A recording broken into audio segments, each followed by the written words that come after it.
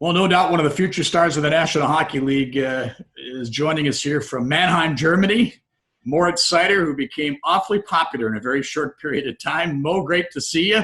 But I think we're going to start off. One of the things that people love about you is that hair that Drew Rave reviews the day you were drafted and right up to now. Take that hat off. No haircuts here during the coronavirus, huh? Yeah.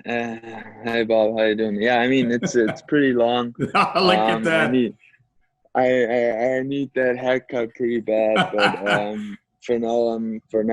think I'm good. Not too many people are seeing me around, so Yeah. yeah, I'm pretty happy being home. Well, don't we all need haircuts? I'm not taking my hat off. I gotta fly the Red Wing colors here, but underneath is a lot of gray. So I've got some flowing locks, but gray flowing locks are not near as good looking as yours. That's for sure.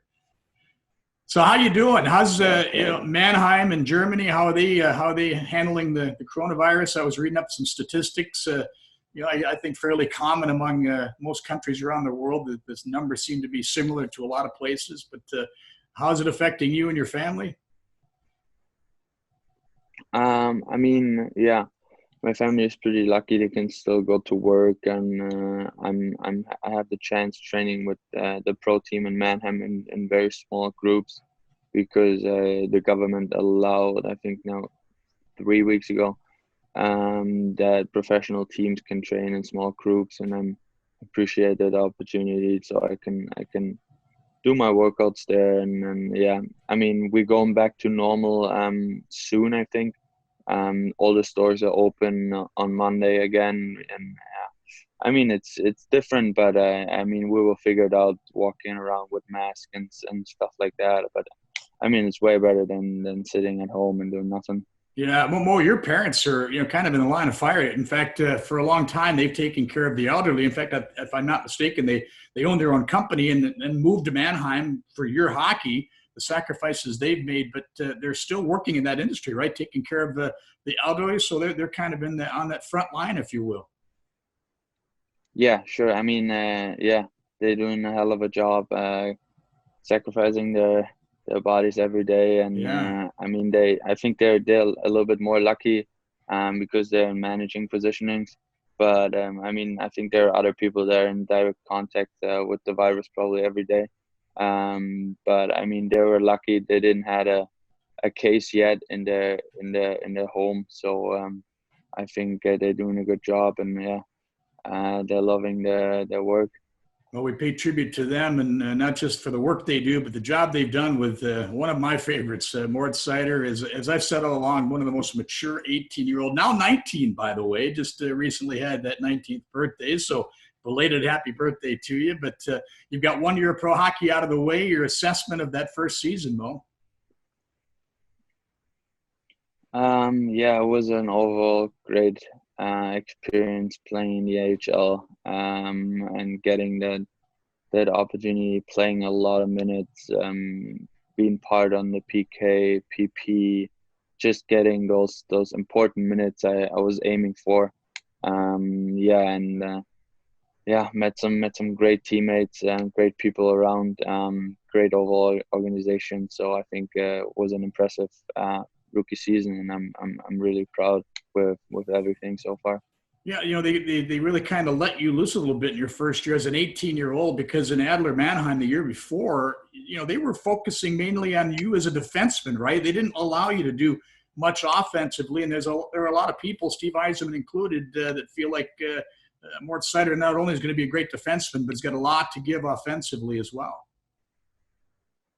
Yeah, I mean, I had a different role last year on the team. I mean, I was stepping in, yeah, with 17, 18, being the seventh defenseman, getting some quality minutes, just to experience that whole pro business, and it was great for my development. But I mean, we also want to be on the ice in important situations, and lead the way on the power play.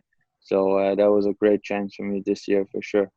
Well, I can't help but go back to the draft, and your reaction was so priceless. And a lot of people wonder, having seen you play now here in North America for a year, at the American League level. Wonder why you were so surprised you were selected so high. I would be one of those that would ask you that question too, because what I saw, I wouldn't have been surprised to have seen you pick the first overall. I mean, what an outstanding player you have obviously turned out to be at the tender age of 18. Yeah, I mean, I never talked about getting drafted about my agent before, and so that whole thing was new, and we never talked about any rankings or mock drafts or whatever. It was, in my opinion, just like other people, they were judging about something, and yeah, I just want to experience in the first row and be part of everything. So yeah.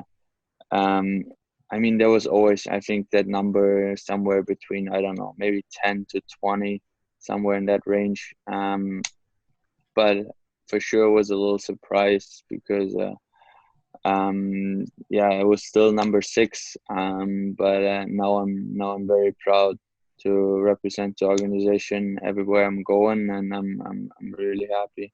Well, the Red Wings are happy too, and Red Wing fans are going to be thrilled when they see you wear that winged wheel. Which will it be as soon as this coming season? Obviously, there's still a lot of question marks as it relates to the season itself and getting underway on time. But no doubt, hockey is going to return.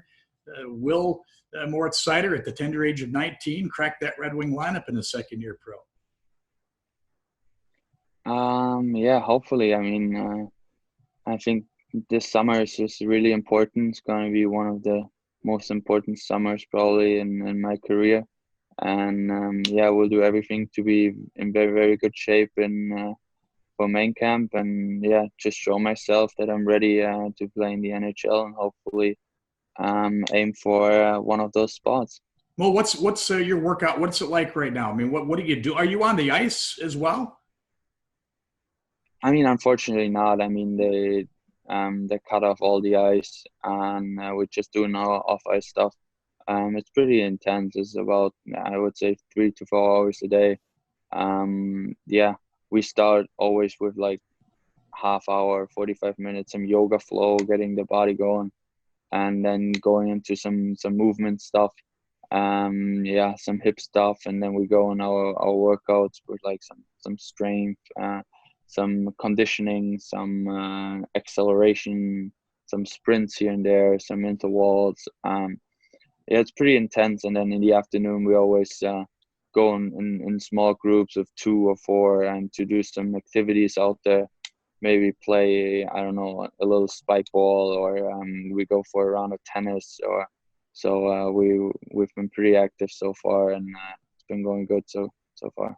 Pretty scary if you're an opponent of Moritz Seider when you look back at last season, the number of times, well, the lack of number of times anyone was able to knock you down, how many times you laid out some guys with some thunderous hits at 18, and to think that you're going to get stronger, holy smokes, there could be some highlight reel kind of physical play out of Moritz Seider.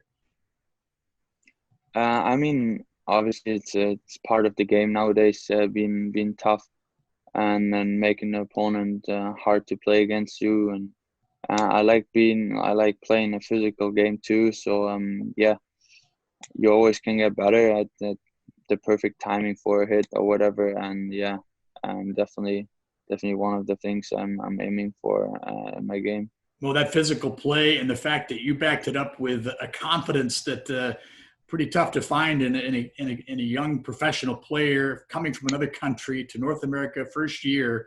And so with that, you drew the ire of a number of your opponents. In fact, I think it was towards the end of the season, I even asked you, I said, have you ever been in a fight before? Because I sensed that was going to probably happen before too long. Somebody was going to say, okay, I'm getting tired of getting knocked down by this 18-year-old kid. Yeah, I mean, I think I was lucky this season.